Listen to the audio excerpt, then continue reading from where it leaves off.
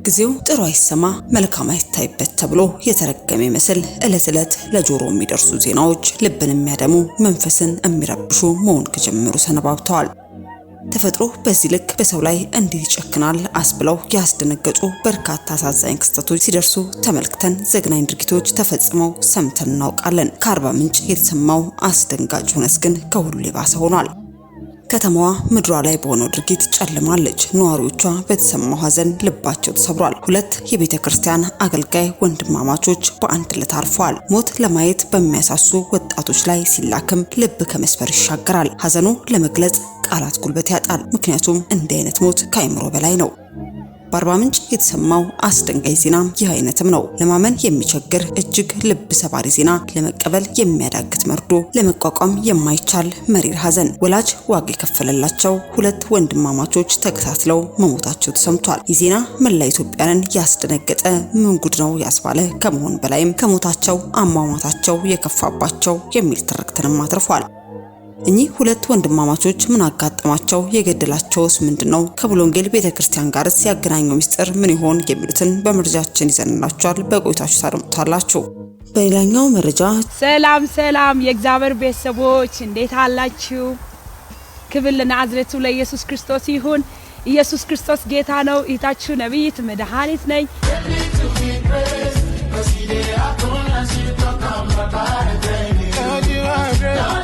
ተወዳጁ ዘማሪ ተከስተ ጌትነት ለተነሳበት ትችትና ወቀሳ አስቸኳይ ምላሽን ሰጠ። ከአንድ ቀን በፊት ሰውን ፈርቶ ጌታን ዋሽቶ የሆነ ህይወት የሚኖረው የትላንቱ ጠፍቶት ስለምን ዛሬስ በዚህ መልኩ ይደግመዋል? እስከ መቼ ይሆን? በማለትም በብዙ የተባረክንበት እያገለገለን የሚገኘው ዘማሪ ተከስተ ጌትነትን ተከትሎ ለወጣው ትችትና ወቀሳም ዘማሪ ተከስተ ምላሽን ሰጥቷል። የዘማሪ ተከስተ ምላሽ ምን ይሆን? የተነሳበት ትችትና ወቀሳስ ምን ነበር? የሚሉትንም እንዲሁ በመረጃችን ይዘንላችኋል። በቆይታችሁ ታደምጡታላችሁ። በሌላኛው መረጃችን የኢትዮጵያ ሙሉ ወንጌል ቤተክርስቲያን አስቸኳይ መግለጫን አስተላለፈች። ከቤተክርስቲያኗ የተላለፈው መግለጫ ምን ይሆን? ያላት የክርስትና እምነት መግለጫስ ምንድነው? የሚሉትንም እንዲሁ በመረጃችን አካተናል።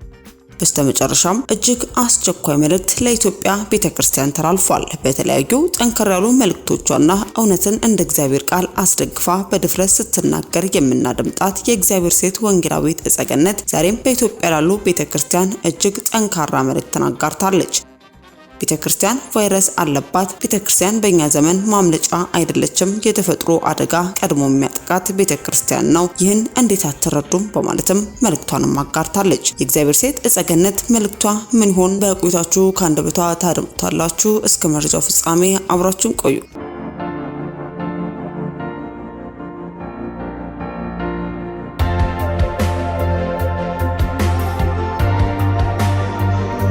አስቀድመን ወደ ያዝንላችሁ መረጃችን ስናልፍ የኢትዮጵያ ሙሉ ወንጌል ቤተክርስቲያን አስቸኳይ መግለጫዋን አስተላለፈች። ከቤተክርስቲያን የተላለፈው መግለጫም የክርስትና እምነት አቋሟንም እንዲህ ስትልም ገልጻለች። የኢትዮጵያ ሙሉ ወንጌል አማኞች ቤተክርስቲያን መሰረታዊ የክርስትና እምነት መግለጫ አንደኛ 66ቱን የብሉይና የአዲስ ኪዳን መጻሕፍት የያዘውን ቅዱስ የእግዚአብሔር እስትንፋሳዊ ቃል ምንም ስህተት የማይገኝበት እምነትና ተግባር በሚመለከት ሁሉ የመጨረሻ ስልጣን ያለው ሕያውና ዛሬም የሚሰራ እንደሆነ እናምናለን።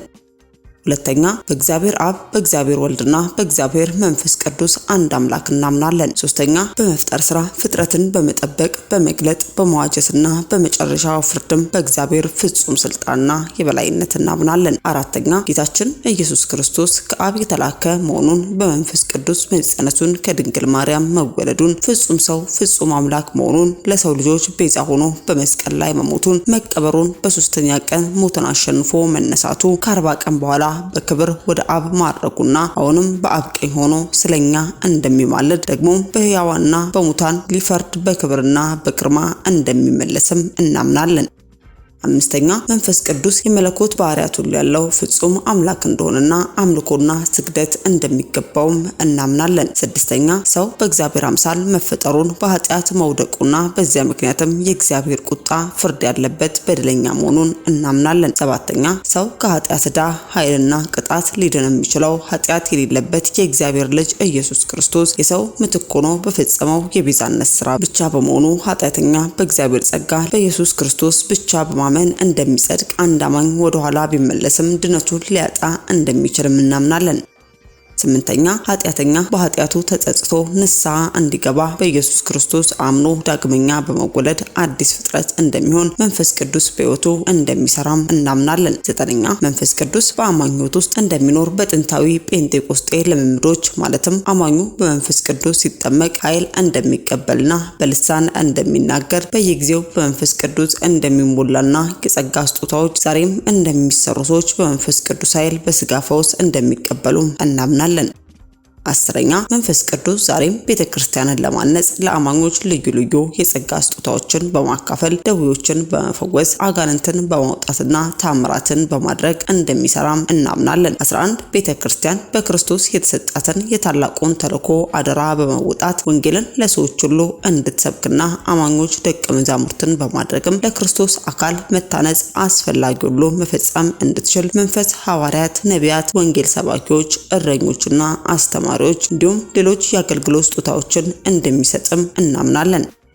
12 ከእግዚአብሔር መንፈስ ዳግም የተወለዱ ሁሉ በሚገኙበት የክርስቶስ አካል በሆነችው በአንዲት ቅድስት ቤተክርስቲያንም እናምናለን። 13 ጌታችንና መድኃኒታችን ኢየሱስ ክርስቶስ ባዘዘው መሰረት ዳግም የተወለደ ከክርስቶስ ሞትና ትንሣኤ ጋር መተባበሩን እንዲሁም ለኃጢአት መሞቱና ለጽድቅ መነሳቱን ለመግለጽ በአብ ወልድ በመንፈስ ቅዱስ ስም በውሃ ውስጥ በመጥለቅም እንደሚጠመቅ እንዲሁ ጌታ ዳግም እስኪመጣ ድረስ ሞቱን ለመናገር ከጌታ ጋርና ከአማኞች ጋር እርስ በርስ ያለውን ህብረት ለመግለጽም የጌታ እራት እንደሚካፈልም እናምናለን።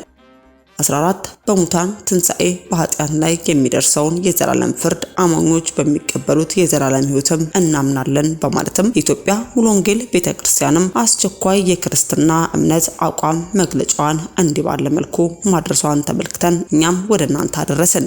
አስከትለን ወደ ያዝንላችሁ መረጃችን ስናልፍ ሰላም የእግዚአብሔር ቤተሰቦች እንዴት አላችሁ? ክብር ለናዝሬቱ ለኢየሱስ ክርስቶስ ይሁን። ኢየሱስ ክርስቶስ ጌታ ነው። እህታችሁ ነብይት መድኃኒት ነኝ።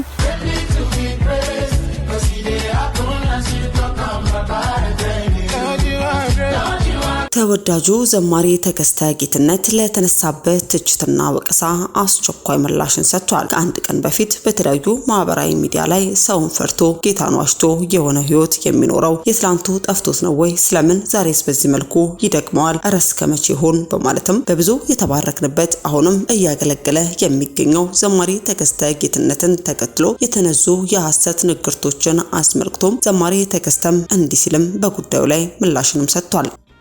ዘማሪ ተከስተ መድኃኒት ታደሰ የምትባለው ዋጋ አገልግሎ እንደማያውቅና በስሙ ማጭበርበር ስለመደረጉ ገልጿል። ግለሰቧ ያለ ፍቃዱ በስሙ ማስታወቂያ አሰርታ ሰዎችን ለመሳብ በውሸት ያደረገችው እንደሆነም ራሱ ከገለጸው መረዳትም ተችሏል።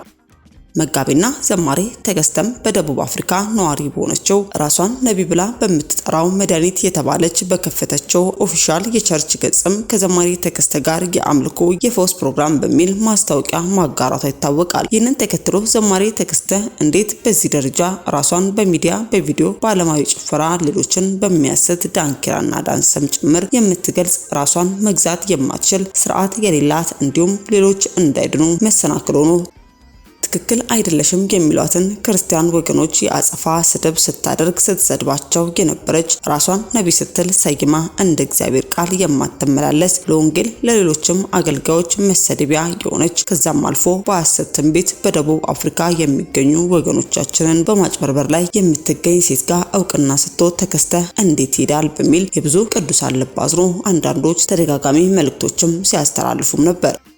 ይህንን ለተኬ አገልግሎት ካልንም ክብር በዝማሬዎቹም እንደተባረከ በጌታ እንዳለ ሰው ተከስተ ላይም ጥያቄ ለማቅረብ ተሞክሮ በተደጋጋሚ መልእክቶችም ሲተላለፉም ነበር። ታዲያ ይሆኖ ሌሎች ዘማሪዎች እዛ ቸርችም እንደሚያገለግሉ የተገለጸ ቀንም የሌሎች እውነት የተረጋገጠም ነው። የዘርፌ ከበደና ወርቅነህ አላሮ ይች መድኃኒት የተባለ ሴት ዋትስአፕ ላይ ደወለች። አቤት ምን ነበር ስትባልም በዛቻና ስድብም አጥረገረገች። ከዛም አልፎ ትንቢት ነው በሚል የክፉ ንግርትም በሳምንት የሚሆኑባችሁን ታያላችሁ የሚሉ የሟርትና ዛቻዎችንም አደረሰች። በአጠቃላይ ያለው እውነትም ይህ ሲሆን ይች ሐሰተኛና ተራጋሚ በአገልግሎት ስም ቤተሳይዳ የሚል ቸርች ከፍታም ባያችሁት በዚህ መልኩ በሰዎችና በአገልጋዮች ስምም በማጭበርበር ተግባሮቿ ተሰማርታ በሐሰት ትንቢት የምትገኝ መሆኗን አውቃችሁ ራሳችሁን ከዚህች ሐሰተኛ ሴትና ከቸርቹ እንድታርቁ በጌታ ፍቅር መልእክታችንን ለማስተላለፍ እንወዳለን። ለራሳቸው ነብይ ነብይት የሚል ስም ሰጥተው በአገልግሎት ስም በሐሰት ትንቢት የሚያገለግሉ ሐሰተኛ ነቢያት ጋር ሄደው ተገኝተው የሚያገለግሉ መግለጡን የምንቀጥል ስለሚሆን በተለይ ሶሎ ዘማሪዎች የጌታን ነገር አሽቀንጥራችሁ ጥራችሁም እየሄዳችሁ የምታገለግሉ እናንተም በጌታ ፍቅር ከወዲሁ ጥንቃቄ እንድታደርጉ ለመንገር እንወዳለን። ታዲያ በአጠቃላይም ዘማሪ ተከስተም ይህች ሴት ጋር ሄዶ አገልግሏል በሚል የተነዛው ወሬም የሐሰት መረጃ መሆኑን ዘማሪ ተከስተ ጌትነትም በራሱ መግለጹን ተመልክተን እኛም ወደ እናንተ አደረስን። አስከትለን ወደ ያዝንላችሁ መረጃችን ስናልፍ የልጅ ሐዘን እንዲህ ነው ብሎ ለመግለጽ የሚያዳግት የእድሜ ልክ ቁስል የዘላለም የእግር እሳት ነው።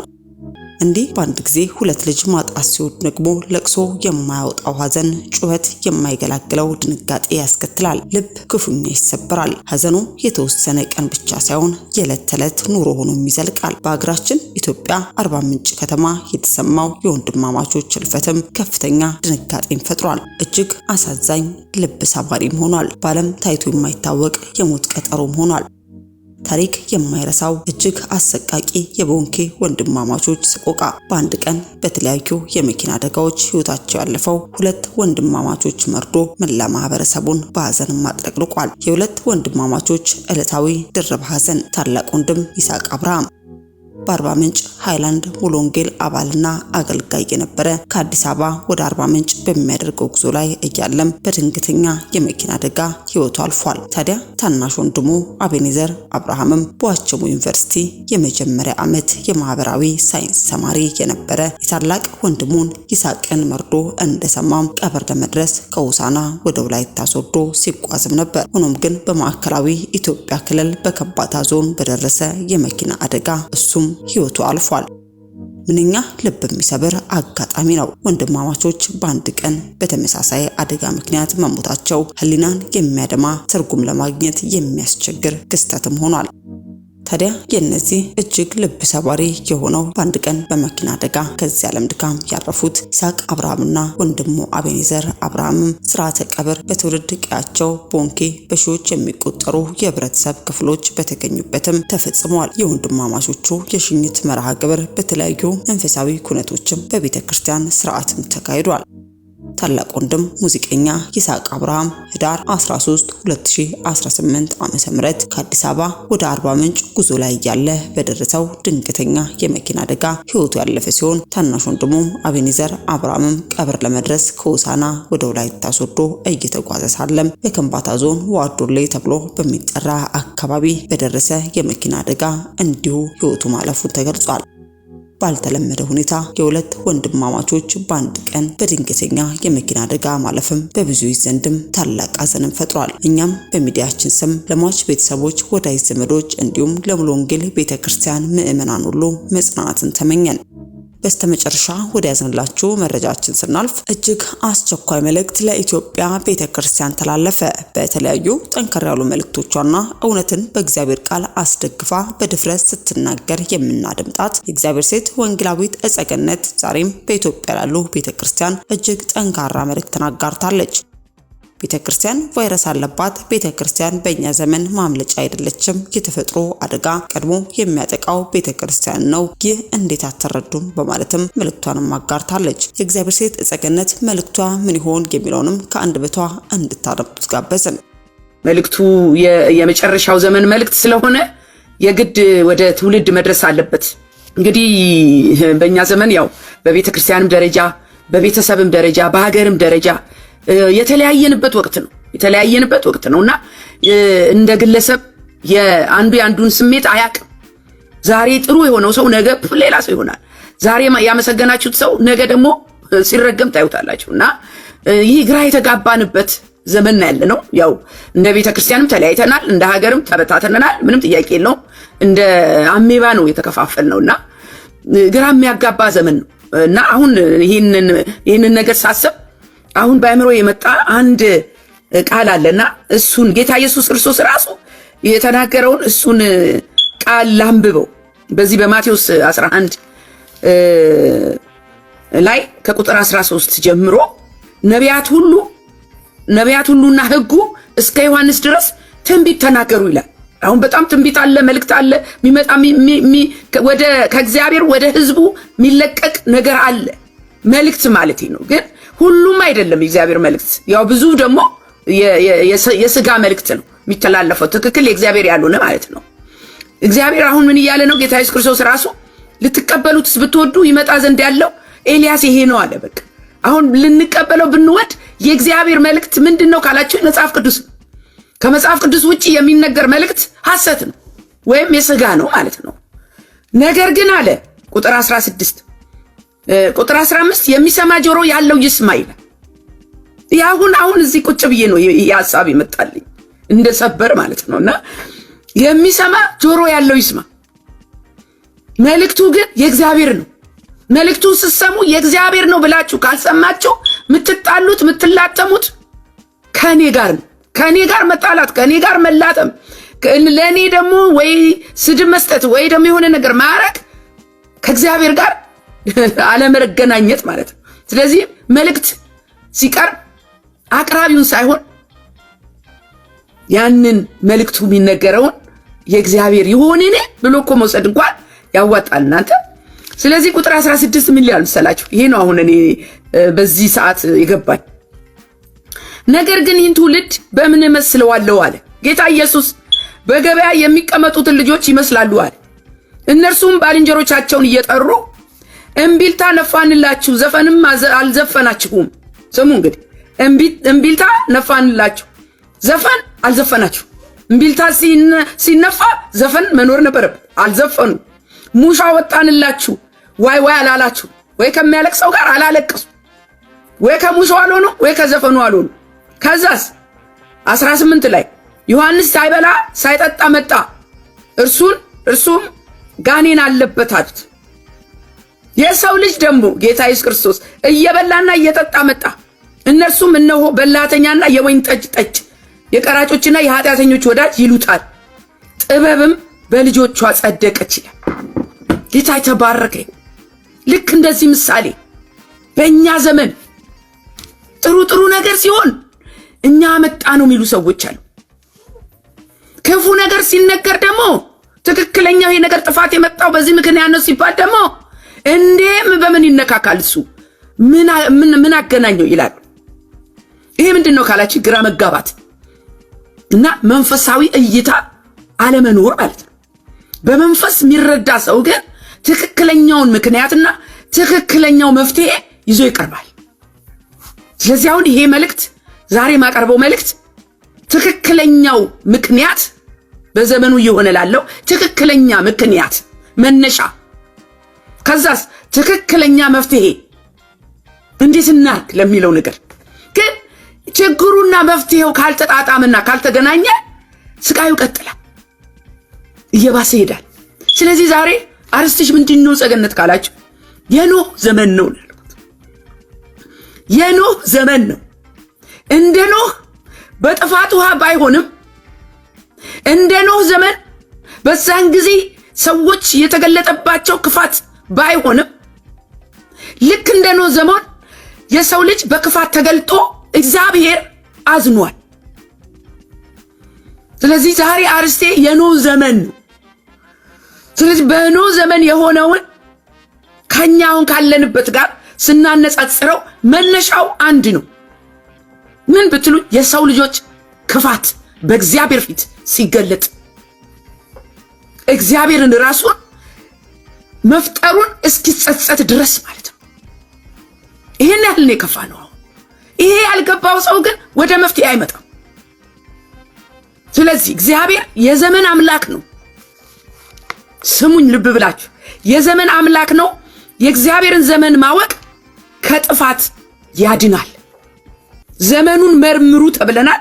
ገበሬ ወቅቱን ጠብቆ እንደሚዘራ ጊዜው ሲደርስ አጭዶ ወደ ጎተራ እንደሚያስገባ በእግዚአብሔርም አሰራር ለሚሆነው ሁሉ ወቅትና ጊዜ አለው። የመመለስ ጊዜ፣ የደስታ ጊዜ፣ የአምልኮ ጊዜ፣ የንስሐ ጊዜ፣ የኮንፈረንስ ጊዜ፣ የምልጃ ጊዜ፣ በእግዚአብሔር ፊት የመሆን ጊዜ፣ ለሁሉም ጊዜ አለው። አንዳንድ ሰዎች ደግሞ ስሙኝ፣ መቼም ያው ጆሮአችሁ ውስጥ ጥልቅ ይልና ምን ማለት ይሆን ብላችሁ የምትገረሙበት ነገሮች አሉ። አንዳንድ ሰዎች ደግሞ ጸገነት ባላንስ አርጊ ይሉኛል፣ አበዛሽው ይሉኛል። እንደማለት ባላንስ አይደረግም። የእግዚአብሔር ነገር ከምንም ጋር አይስተካከልም። ቀን ከሌሊትም በእግዚአብሔር ፊት ሆኖ የእግዚአብሔር ነገር እያገለገሉ አልተሳካም በዚህ ዘመን። ለምን እንዳላችሁት ባላንስ እየተደረገ ቅንጭብ ለዛኛው ቅንጭብ ፈታ በይ ይላሉ። ደግሞ አንዳንዴ ፈታ በይ። ኧረ ባካችሁ እኛ ኦልሬዲ ተፈተን፣ ከዲያብሎስ እስራት ተፈተን፣ ከኃጢአት ተፈተን፣ በክርስቶስ ኢየሱስ ነፃ ወጥተን ፈታ ብለን የምንኖር ሰዎች ነን። የኛ ፈታ ማያ ቃሉ ነው። የኛ ፈታ ማያ ከጌታ ጋር መሆኑ ነው። ድምፁ መስማቱ ነው። ሰማያዊ እድገት ማምጣት ነው። ባላንስ አርጊ ይላል። ባላንስ አርጊ ማለት ሁሉንም እኩል አስኪጂ። እኩል አይሄድም። የእግዚአብሔር ነገር ከፍ ብሎ ካልሄደ ህይወታችን ፍሬ አያፈራም። የእግዚአብሔር ነገር ከሌላው ነገር አይወዳደር። እኩል አይሮጥም። ለእግዚአብሔር የበለጠውን መሮጥ፣ ለእግዚአብሔር የበለጠውን ጊዜ፣ ለእግዚአብሔር የበለጠው መስዋዕት፣ ለእግዚአብሔር የተመረጠውን እየሰጠ እንደዛም ሆኖ በተሳካ አያችሁ። ሰዎች በሚሰጡት አስተያየት ለምን ፍሬ እንዳላፈራን፣ ለምን የእግዚአብሔር ነገር እንደደከመ ኃይል እንዳጣን ታውቃላችሁ። ባላንስ እያረጋችሁ ነው ወደኋላ የቀራችሁት። የእግዚአብሔር ነገር ግን ከምንም ጋር ባላንስ አይደረግም። በዚህ አጋጣሚ ልናገር፣ ፈታ ካልኩ ቆዩ። ልክ ጌታ ኢየሱስ ክርስቶስ መጥቶ ሲያገኘኝ ፈታ አብያለሁ። ወንድም አለ ፈታ ብዬ ነው የምኖረው። ኧረ ፈታ የፈታም ፈታ ድልቅቅ ብዬ በጌታዬ ላይ ታምኜ ማለት ነው። ኢየሱስ ያድናል። ስሙኝ፣ ሁሉም ነገር በእግዚአብሔር ጊዜ ይከናወናል። ዘመኑን ያወቀ ከእግዚአብሔር ጋር ይስማማል፣ አካሄዱን ይሄዳል። በዘፍጥረት 8:22 ላይ ስሙኝ፣ በምድር ዘመን ሁሉ መዝራትና ማጨድ፣ ብርድና ሙቀት፣ በጋና ክረምት፣ ቀንና ሌሊት አይቋረጡም ይላል። እኛ ነን እንጂ ዘመኑን ማወቅ ያልቻልነው። የእግዚአብሔር ዘመን አይዛባበትም፣ በትክክል ነው የሚሄደው። ክረምት ሲሆን ክረምት ነው፣ በጋ ሲሆን በጋ ነው። እኛ ነን በበጋ ሰዓት ጃኬት እንድረብራለን፣ በብርድ ሰዓት ደግሞ ጃኬት እናውጣለን። የተምታታብን እኛ ነን። እግዚአብሔር አይዛባበትም። እኛ ነን እንጂ ዘመኑን የማናውቅ። እግዚአብሔር እኮ አይዛባበትም። ዘመናትን ሁሉ በስርዓት እየመራ ሁሉም በጊዜው ያደርጋል። የእግዚአብሔርን ጊዜ ለማወቅ የመጀመሪያው መንገድ በመንፈስ ቅዱስ መመራት ነው። በመንፈስ የሚመሩ የእግዚአብሔር ልጆች ይሆናሉ። በመንፈስ ስትመሩ ድምፁን ትሰማላችሁ። በአካባቢው ግርግር አትመሩ። ከሌ እንዲያለ ጆሮ አትጥሉም። እዚህ ጋር ከላይ የሚመጣ መልእክት አለ፣ የምትረዱት ነገር አለ። በመንፈስ ቅዱስ የምንመራው ነገር የሰማነው ድምፅ ነው፣ ትክክለኛ መልእክት። ሁለተኛ ደግሞ ቃሉ ነው። ቃሉ ነው የእግዚአብሔርን ጊዜ እንድናቅ የሚያደርገን። ስለዚህ የኖህ ዘመን ነው ስላቸው፣ ኧረ አንዳንድ ሰዎች ደግሞ ወደ ብሉይ ኪዳን፣ አሁን የአዲስ ኪዳን ዘመን ነው። ብሉይ ኪዳንም ለእኔና ለእናንተ የተጻፈ የአዲስ ኪዳን ጥላ ነው። ያሳስራል። በእውነት ነው የምላቸው። የእግዚአብሔርን ፈቃድና ሐሳብ በስጋ መረዳት አይቻልም ያለ መንፈስ ቅዱስ። አሁን እየሆነ ያለው ይሄ ነው። በቃ የእግዚአብሔርን ነገር በስጋ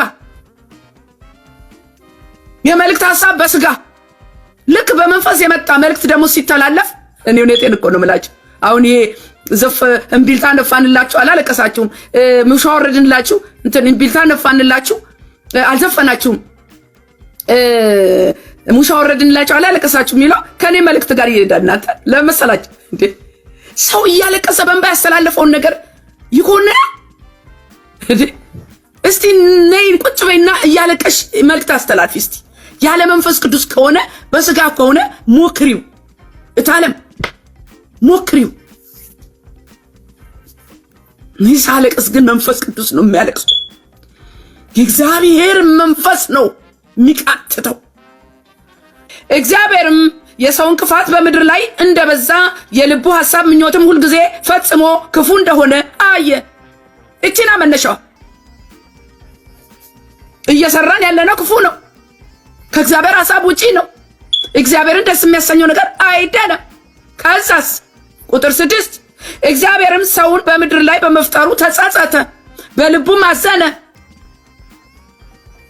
በኢትዮጵያ አሁን እግዚአብሔር ሳይጸጸት ይቀራል ብላችሁ ነው? እግዚአብሔር አላዘነም ብላችሁ አትከራከሩ። ልጅ አዝኗል። መከራው ደግሞ እየበዛ መጥቷል። ወንድም አለሞችቶች እየበዛ መጥቷል እኮ። አርስት መቀየር አልተቻለም። እስካልተመለስን ድረስ አርስት ሊቀየር አይችልም። የባዶ ሽንገላ የባዶ ማባባል ከየትም አናመጣም። እግዚአብሔር ያልተናገረው ተጸጸተ በልቡም አዘነ ካለ በኋላ የኔና እናንተ ዘመን ይሄ ነው። ክፋታችን የበዛበት ኃጢአት የነገሰበት እግዚአብሔርን ያሳዘንበት ዘመን ዛሬ በምድራችን እየሆነ ያለው ይሄው። ኢትዮጵያ መገለጫ ናት። የክፋት አገር መገለጫ ምሳሌ ኢትዮጵያ ነች። ከዛስ ብትሉኝ እግዚአብሔር በእኛ ማዘኑ ብቻ አይደለም ተቆጥቷል።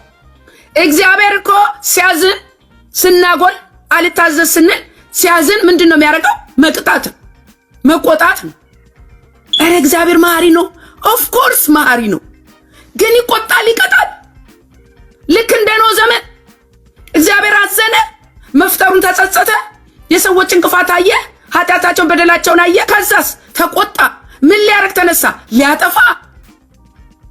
አሁን ምንድነው የኔና የናንተ ዘመን ካላችሁ ጥፋቱ እንደመጣ አውቀ ልክ እንደ ኖህ መርከብ መስራት። መርከቡ ምንድነው ካላችሁ የኔና የናንተ ዘመን ኢየሱስ ክርስቶስ ይባላል። ሮጦ በክርስቶስ ጉያ እረኛ በሆነው አባት በሆነው አዳኝ በሆነው መሪ በሆነው አለት በሆነው መሸሸጊያ ዋሻ በሆነው የደህንነታችን ቀንድ በሆነው በኢየሱስ ክርስቶስ ውስጥ ጉያ መግባት ብቻ ነው። ጌታ ሆይ ያዘኝ፣ ጌታ ሆይ ደብቀኝ። ይህን ዘመን ከዚህ ውጪ ምንም አይነት ምርጫ ለማንም ሊነገር አይችልም። የመዳኛው መንገድ ኢየሱስ ክርስቶስ ብቻ ነው። ስሙኝ፣ ልጆቹ ነንና ይቀጣናል። ዘመኑ የኖህ ዘመን ነው። ዘፍጥረት 6:11 ምድርም በእግዚአብሔር ፊት ተበላሸች። ኢትዮጵያ በእግዚአብሔር ፊት ተበላሸች።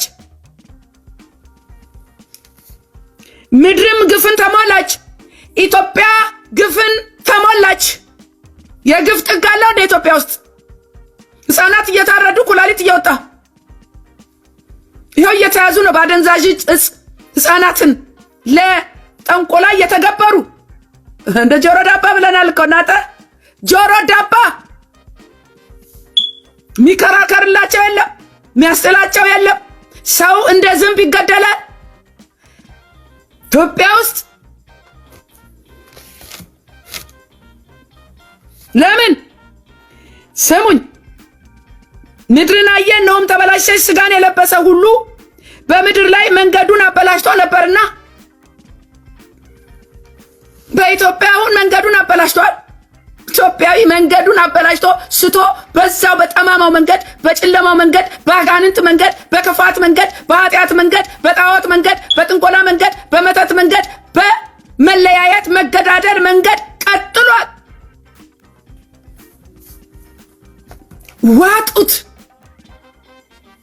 ዋጡት።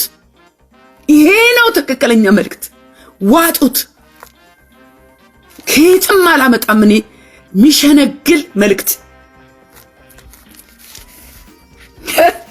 ምንድነው የምታወሪው? ጸገነት አልባለመች ሕፃናት ላጋንንት የሚገበሩበት ኩላሊት አስተኝታ አውጥታ ኩላሊት ምትሸጥ ሀገር ነች እኮ ኢትዮጵያ።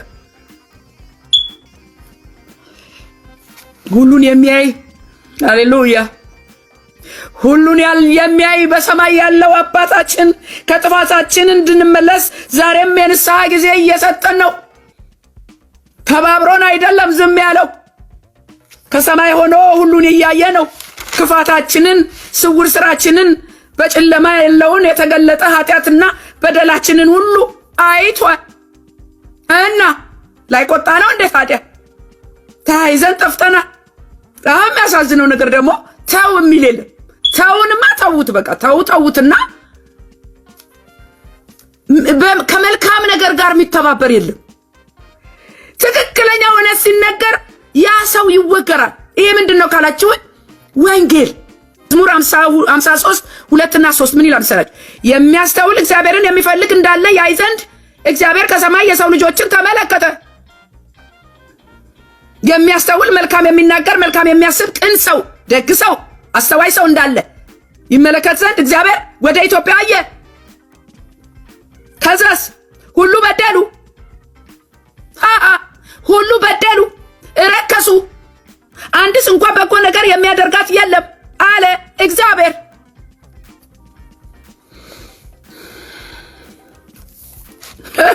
በዚህ ሁሉ መሃል አንድ ሰው እንደ ኖህ ከእግዚአብሔር ጋር የሚስማማ አምልጦ የሚያስመልጥ ያስፈልጋል። አሁን አንድ ሰው ነው የሚያስፈልገው። ማን ብትሉኝ ኖህ አንድ ሰው ነው የሚያስፈልገው። አንድ ጻድቅ እንኳን ቢገኝ ያችን ምድር አላጠፋም እያለ ነው ያለ። አንድ ሰው ይገኛልን? ከውጤቱ እናየዋለን። በዚህ ክፉ ዘመን አካሄዱን ከእግዚአብሔር ጋር የሚያደርግ ድምፁን ሰምቶ የሚታዘዝ ያስፈልጋል። ማን ብትሉኝ ኖህ። ማን ብትሉኝ ሄኖክ። አይገርማችሁ? በዛ ሁሉ ኪዮስ መሃል፣ በዛ ሁሉ የጥፋት ዘመን አንድ ኖህ ተገኘ። ጻድቅ የነበረ የእግዚአብሔርን ድምፅ የሚሰማ የሚታዘዝ አንድ ኖህ ተገኘ። ትውልድ የሚያስመልጥ። ዛሬ አንድ ሰው ያስፈልጋል። አምልጦ የሚያስመልጥ፣ ተሻግሮ የሚያሻግር፣ ከእግዚአብሔር ድምፅ ሰምቶ ትክክለኛ መልእክት የሚያመጣ አንድ ሰው። አንድ አገር ያጣችሁ አንድ በግርግሩ የሚታየው በሚታየው በግርግሩ ያልተወሰደ ሁሉ ጊዜ አቋቋሙ ከእግዚአብሔር ጋር የሆነ ይሉኝታ የሌለው። አረ ለእግዚአብሔር ነገር ይሉኝታ የለም እናንተ። የምን ይሉኝታ ነው ለእግዚአብሔር ነገር?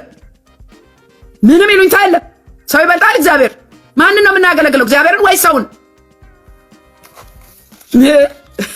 ለምን እንደዚህ እንደዚህ? እኔ ለዚህ ነው አሁን እኔ የሰው አስተያየት እውነቴን ነው የምላችሁ አይ ሬስፔክት። ማንኛውም የሰው አስተያየት አስደነግጠኝ። ጌታ ሆይ እላለሁ፣ ጌታ ሆይ ይሄ ነገር ትክክል አይደለም እንደ የሰጠኝ መልእክት አለኝ አለቃ። አንድ በጣም የገረመኝ አስተያየት ደግሞ ልንገራችሁ። አስተያየት ሳይሆን ያው ተደውሎ የተነገረኝ ማለት ነው። እንደው መልእክት ከማቅረብሽ በፊት ለፓስተርሽ ብታሳዩ። አረ የእግዚአብሔር መልእክት በፓስተር ሳንሱር አይደረግም። የስብሰባ የሆነ የድርጅት ወይ ደግሞ የመንግስት የምክር ቤት ስብሰባ የተወካይ ስብሰባ መሰላዴ። ምክሬ ከጌታ ጋር ነው። ሳንሱር የሚያደርገኝ መንፈስ ቅዱስ ነው። መልእክቴ ግን በሰው ሳንሱር አይደረግም። ፈቃጁ እሱ ነው። የሰጠኝ መልእክቱ ባለቤት እሱ ነው። በሰው መልእክት በእግዚአብሔር መልእክት ትዳንደው እንዴ? ስሙኝ ባካችሁ። ከዛስ ወደ መልእክቴ ልመለስ። የኖህ ትውልድ እንዲህ ነው። ኖህ በትውልዱ ጻድቅ ፍጹምም ሰው ነበረ። ኖህ አካሄዱን ከእግዚአብሔር ጋር አደረገ። የመጀመሪያው መስፈርት ከጥፋት ለመዳንና ከጥፋት ለማስመለጥ አካሄድን ከእግዚአብሔር ጋር ማድረግ። አካሄዳችን ከእግዚአብሔር ጋር መሆኑ በምን እናውቃለን ካላችሁ ደግሞ አምልጠን ስናስመልጥ። አሁን የተጠመድነው እኮ እኛ ሌላ ቦታ ነው እንዴ? እኔ በጣም ይገርመኛል። ሰው ቤት ይሰራል፣ ፎቅ ይሰራል፣ ህንፃ ይታነጻል፣ መኪና ይገዛል፣ ንግድ ይጀምራል። ነጋዴ ሆኗል። አማኝ ነጋዴ ሆናችኋል። እኔ ራሴን አንዳንዴ እንደሞኛ ያለው ጌታ ትርፍ ኢየሱስ ነው። ትርፌ ኢየሱስ ነው። ንግዴ ኢየሱስ ነው። ኪሳራ ላይ አይደለም። ትርፋችን ኢየሱስ ነው ለኛ። ምን ያህል ፍሬ አፈራን፣ ምን ያህል ደቀ መዝሙር አፈራን፣ ምን ያህል ከእግዚአብሔር ጋር ታረቅን፣ ምን ያህል ሰላም መጣ፣ ምን ያህል ረፍት መጣ፣ ምን ያህል ትውልድ ከመቅበዝበዝ ዳነ፣ ምን ያህል ወንጌል ተሰበከ ነው የኔና የናንተ መስፈርት። አሁን የተያዘው በቃ እከሌ ቤቱ ትልቅ፣ እከሌ መኪናው። ስሙኝ፣ ኖህ በእግዚአብሔር ጊዜ ማምለጫ መርከቡን እግዚአብሔር እንዳዘዘው አድርጎ ሰራ። መርከቡም እኮ በትእዛዝ ነው የሚሰራው። እናንተ ዝም ብላችሁ በሰውኛ ጭንቅላት 6 ክንድ የተባለውን 3 አታረግ። በደንብ ሰምቶ ትእዛዝ ተቀብሎ ማለት ነው። የእግዚአብሔርን ትእዛዝ መቀበል ያስፈልጋል። እግዚአብሔር ስራ እንዳለ ነው። 2 ክንድ ካለ 2 ክንድ ነው። 2 ክንድ ያለውን 8 ክንድ ካረክ ከእግዚአብሔር ጋር አይደለህም። ከእግዚአብሔር ጋር የሚራመድ ፈቃዱን የሚፈጽም በሞቱ እንኳን ይለያል አሟሟቱ፣ በእግዚአብሔር ፊት ሞገስ ያገኛል። ዘፍጥረት 6:8 ላይ ምን ይላል? ኖህ ግን በእግዚአብሔር ፊት ሞገስ አገኘ ይላል። በእግዚአብሔር ፊት ሞገስ የምታገኘው መቼ ነው ከተባለ እግዚአብሔርን ስትታዘዝ፣ በፈቃዱ ስትሄድ፣ አርግ ያለህን ስታደርግ፣ አካሄድ አንድ ሲሆን ነው። በተቃራኒ መንገድ እየሄድን ሞገስ ልናገኝ አንችልም። ለዚህ ነው አሁን ብዙዎቻችን ሞገስ ያጣነው፣ ቆሌ ራቀን፣ ተናግረን ማንደመጠው። ለዚህ ነው ምንም የሚባርክ ነገር የጠፋብን፣ ሞገስ አተን ሙልጭ አድርጎ ይወስዳል እግዚአብሔር። የዘመኑ የኢትዮጵያ ገጽታ ይህን ይመስላል። የተገለጠው ነገር እንኳን ለእግዚአብሔር ለእኛም የተሰወረ አይደለም። አሁን ኃጢአት ፊት ለፊት ኖ ወሪስ ተለመደ እኮ ዋትስ ዘ ቢግ ዲል ነው። መዝሙር 14:3 ላይ ሁሉ አመፁ በአንድነትም ረከሱ፣ በጎ ነገርን የሚሰራ አንድም እንኳ የለም ይላል። ከዛስ ጉሮሯቸው የተከፈተ መቃብር ነው። ቁጥር 4 በምላሳቸው ሸነገሉ። ቁጥር 5 ከከንፈራቸው በታች የእባብ መርዝ አለ። አፋቸው መርገምን እና መራራን ተሞልቷል። 2 ደምን ለማፍሰስ እግራቸው ፈጣን ነው። ጥፋትና ጉስቁልና በመንገዳቸው አለ። የሰላም መንገድ አላወቁምና እግዚአብሔርን መፍራት በዓይናቸው የለም ይላል። የኔና የናንተ ዘመን ከዛስ መከራ በዛ። ምን እናድርግ ለሚለው ደግሞ ወደ እግዚአብሔር እንመለስ፣ ፈቃዱን እንፈጽም፣ በብርሃን እንመላለስ፣ ከክፋት እንራቅ፣ ኃጢአት እናስወግድ፣ በጽድቅና በቅድስና እንኑር እንደ እግዚአብሔር ምርጥ ልጆች። በዚህ መከራው ለምን ጨመረ? እግዚአብሔር ለምን ዝም አለ ምትሉ ካላችሁ፣ ይሄ ማይረዳ ያለ ብዬ አላስብም። እንደዛ ምትሉ ካላችሁ፣ የእግዚአብሔር ምሕረት ምን ነው ዘገየ ምትሉ ካላችሁ፣ መልሱ የእግዚአብሔር ቃል ነው። አሁንም ምን ብትሉ እግዚአብሔር የምሕረት አምላክ ነው። አባታችን ስለሆነ በእኛ አይጨክንም፣ ይራራል። ነገር ግን ያጎደልነው እኛ ነን። እንዳንፈወስ፣ ምሕረት እንዳይሆን፣ ሰላም እንዳይመጣ የከለከልነው ያስከለከልነው እኛ ነን። ማቴዎስ 13:4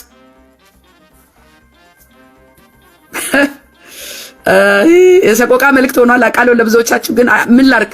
ምንም ልረዳችሁ አልችልም። እግዚአብሔር በውሸት አይሸነግልም። ሰው እንዳስለመዳችሁ አይደለም። ፓስተሩ፣ ቄሱ ወይ ደግሞ ነብዩ እንዳስለመዳችሁ አይነት ስብከት ወይ ደግሞ መልእክት እዚህ የለም። this is the truth። ማቴዎስ 13:14 መስማት ትሰማላችሁና አታስተውሉም፣ ማየት ታያላችሁና አትመለከቱም። በዓይናቸው እንዳያዩ በጆሮአቸው እንዳያስተውሉ ተመልሰውም እንዳልፈውሳቸው የዚህ ሕዝብ ልብ ደንድኗልና ጆሮአቸውም ደንቁሯልና ዓይናቸውንም ጨፍነዋል። ይህንን ነው እግዚአብሔር ያየው። እንዳልፈውሳቸው ማስተዋላቸው ተወስዷል። እንዳልፈውሳቸው ትእዛዜን አይፈጽሙም። እንዳልፈውሳቸው ወደ እኔ አይቀርቡም፣ አልተመለሱም። እዚህ ጋር ደግሞ ይጮሃል፣ ጌታ ሆይ አልተግባባን። በዚህ ከመልእክቴ ጋር የሚሄዱ አንዳንድ ነገሮች ላንሳ። በተለይ ስለ ቤተክርስቲያን። አሁን ቤተክርስቲያን ምንድነው ምን እየሆነች ነው ካላችሁኝ፣ ቤተክርስቲያን መለኮታዊ ራእይዋን ጥላለች። ለቤተክርስቲያን የተሰጣት መለኮታዊ ራእይ አለ፣ ፖዚሽን አለ፣ የምታከናውነው ተልእኮ አለ። እሱን ጥላለች፣ ረስታለች። የቤተክርስቲያን የሆነው ክርስቶስ ለቤተክርስቲያን የሰጣትን ክብርና ስልጣን ቤተክርስቲያን በሌላ ነገር ተክታ ጥላዋለች የከበረው። this is the truth። የዚህ ዘመን የቤተክርስቲያን የሆነ የማህበራዊ ስብስብ ነው። አሁን የሚመስላችሁ እኮ የሆነ ቤተ ዘመድ ስብሰባ፣ የሆነ ማህበራዊ እንትን የሰፈር ድር የሆነ ነገር ነው የሚመስለው ቤተክርስቲያን። ምን ብትሉኝ ለቅሶ፣ ድር፣ ምናምን መዋጮ፣ ቤት ገዛ፣ ምርቃት ከሞን ጋይስ ከሞን መደረጉ ጥሩ ነው፣ ያው ባላንስ እንዳላችሁት። ነገር ግን የቤተክርስቲያን ተልእኮ ያ አይደለም። ኖ አይደለም። መለያየት፣ ፖለቲካ፣ ዘረኝነት፣ ቅናት፣ ምቀኝነት፣ የስጋ ፍሬ ከቤተ ክርስቲያን ማስወገድ ትልቁ መፍትሄ ነው። አሁን እንደ ነነዌ ዘመን ማቅ ለብሰን ሕፃን፣ አዋቂው፣ ሽማግሌው፣ አሮጊቱ፣ ሴት፣ ወንዱ፣ ድሃው፣ ሀብታሙ በእግዚአብሔር ፊት ማልቀስ መጮህ ነው መፍትሄው። ይህንን ነው ማበረታታት። ኢትዮጵያ አሁን ህዝብ ወደ እግዚአብሔር እንዲመለስ፣ ወደ ንስሐ እንዲመለስ፣ ፍቅር መስበክ፣ ይቅርታ ማድረግ፣ መታረቅ፣ ለእርቅ መስራት፣ ለማጥፋት ሳይሆን ለእርቅ መስራት። ስለዚህ ዛሬ ምንድነው? ወደ ኢየሱስ ኑ ተመለሱ ነው መፍትሄው። ይሄ ነው፣ ንስሐ እንግባ ነው። ሌላ ምን መፍትሄ ሊመጣ አይችልም። እባካችሁ ቤተክርስቲያን፣ እባካችሁ ወደ ክብርሽ ተመለሽ። የጣልነውን እናንሳ፣ ከእግዚአብሔር ጋር እንስማማ። የዛሬ መልእክት ይሄ ነው። እባካችሁ ሼር፣ ሰብስክራይብ፣ ላይክ አድርጉ። ቶሎ በሉ። ለምን እየሰፋ ሲሄድ እግዚአብሔር መልእክት አሁን እኮ የደህንነት መልእክትም ደግሞ የመመለስ የረፍት መልእክት ይመጣል እኮ ግን ይሄ መልእክት የተግሳጽ ጊዜው የመገሰጽ ጊዜ። ውድ የሻሎም ቲዩብ አድማጭና ተመልካቾቻችን ለሰዓቱ ያዘንላችሁ መረጃ ያደመጣችሁትን ይመስል ነበር። በሌላ አዳዲስ መረጃ እስከምንገናኝ መልካም ቆይታ